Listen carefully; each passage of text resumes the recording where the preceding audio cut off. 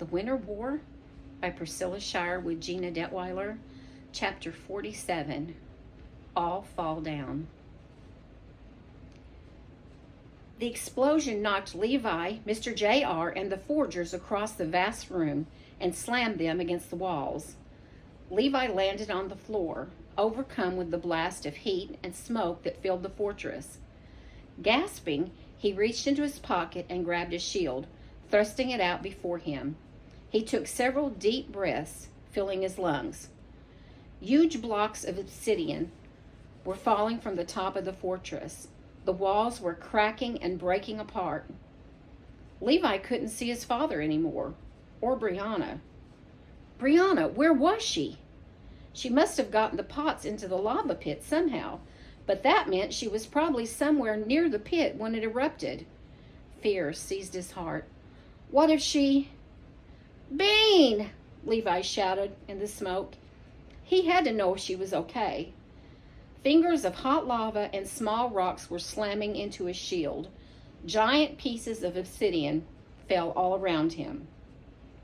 The forgers, who had been blasted apart by the explosion, were reforming themselves, though their body parts now seemed to be in all the wrong places.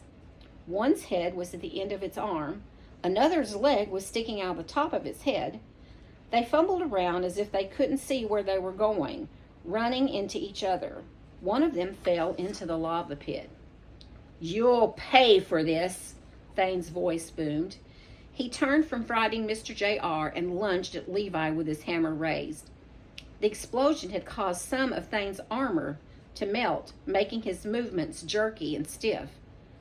Levi saw the hammer coming down on him. It ricocheted off his shield, propelling Thane backward into Mr. J.R. Both of them fell. Mr. J.R. was up quickly and slammed his sword into Thane's midsection. But the sword seemed to be stopped in midair, repelled by some invisible force. Thane rose up and smashed his hammer into the center of Mr. J.R.'s breastplate. Mr. J.R. flew through the air, headed straight for the lava pit. Dad! Levi shouted. He started to run toward his dad, but he knew he wouldn't make it in time to save him. Dad! A blinding light met his eyes, and Levi fell to the floor. He couldn't see his father anymore. But then the light compressed, taking the form of a person. A tall person, so perfectly white it was as if he were made of light. He was dressed in glittering armor and held a sword that seemed to be on fire. He stood at the edge of the lava pit, stopping Mr. J.R.'s flight and settling him on his feet. Mr. J.R. nodded toward the shining warrior. Thanks, Gabriel, he said. No problem, said the warrior. Thane bellowed in rage at the sight of this newcomer. How dare you enter my fortress? Without a word, Gabriel leapt toward Thane, covering the distance in a single, effortless jump. The fire sword smashed through Thane's belt. It broke off and slid to the floor. Mr. J.R. picked it up and threw it into the lava pit. Thane roared again, but Gabriel just disappeared in another flash of light. Levi blinked, wondering where he had gone. Thane lunged for Mr. J.R., enraged by the loss of his belt. But a weird thing happened. Other pieces of Thane's armor began to fall off his body, clattering to the floor. It was as if the belt had kept all the other pieces in place. Even stranger, underneath the armor, there seemed to be nothing there at all. Thane, though he was still fighting, was beginning to disappear. Mr. J.R. swung his sword, which worked this time, as it was no longer repelled by the belt of lies. The two fought, the sound of their clashing weapons reverberating off the walls, which continued to crack and break and tumble down around them. The lava forgers were busy attacking each other now, for they couldn't see who they were supposed to fight. Levi spun around, searching for Brianna. He called her name, but there was no answer. Then Gabriel, suddenly appeared before him, shining through the smoke. His sword was sheathed, no longer on fire. He didn't speak, but he motioned to Levi to follow him. Then he turned and disappeared. Levi chased after him, keeping his shield raised against the smoke. Glowing blue lava continued to spew straight up into the top of the pyramid. He couldn't see Gabriel anymore, but then he saw on the other side of the pit a small figure laying on the floor. Bean! Bean! Brianna! Levi rushed toward her, covering her with his own shield. She was still. Levi felt panic well up within him. He shook her. Bean, wake up! Her eyes fluttered, then she coughed. Bean! Levi almost cried with gratitude. What happened? She asked, still coughing. She looked around as if she didn't know where she was. We need to get out of here, Levi said. This whole place is about to fall. Can you walk?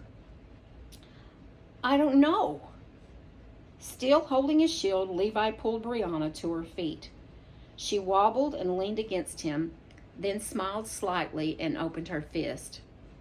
Her seed was still in her palm. Stellar. Levi helped her to the doorway and sat her down outside at the top of the slope. The obsidian bridge was still intact, though the moat was churning and spitting up fire. Wait here, he said. I'm going to help my dad. We'll be right back. Keep your shield up. Brianna nodded weakly and raised her fist. Levi raced back into the toppling fortress to find his father, who was still locked in mortal combat with Thane. A large piece of the wall was starting to collapse right on top of them. Dad, look out! Levi yelled.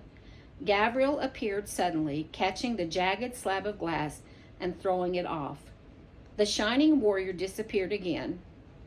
Levi blinked, not sure he had really seen that happen. Then Mr. J.R. let out a bellow, spun in a circle, and smashed into Thane's armored body.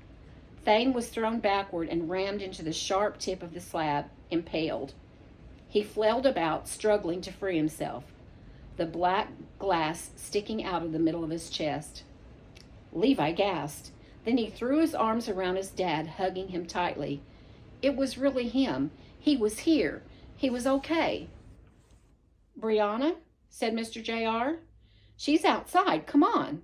Levi and Mr. J.R. made a dash for the door, skirting around chunks of glass and rock, dodging falling debris. A huge chunk fell in front of the doorway, blocking their exit. But then Gabriel appeared again, lifting the gigantic stone up in the air so Mr. J.R. and Levi could pass through. Thanks, Gabriel, Mr. J.R. said. Who is that guy? Asked Levi. Mr. J.R. didn't answer. Brianna was still seated on the rampart under the cover of her shield. Mr. J.R. bent down to give her a hug. The bridge, Levi gasped. He pointed to where the black obsidian bridge over the moat was starting to break apart. Hurry! I can't. Brianna struggled to stand. Mr. J.R. put away his sword and lifted her into his arms. Come on, son. Mr. J.R. ran down the slope, headed for the bridge. Levi started to follow when he was suddenly yanked off his feet and flung through the air. He crashed onto the hard floor inside the fortress, the impact jarring him, his whole body screaming with pain. And Thane stood over him.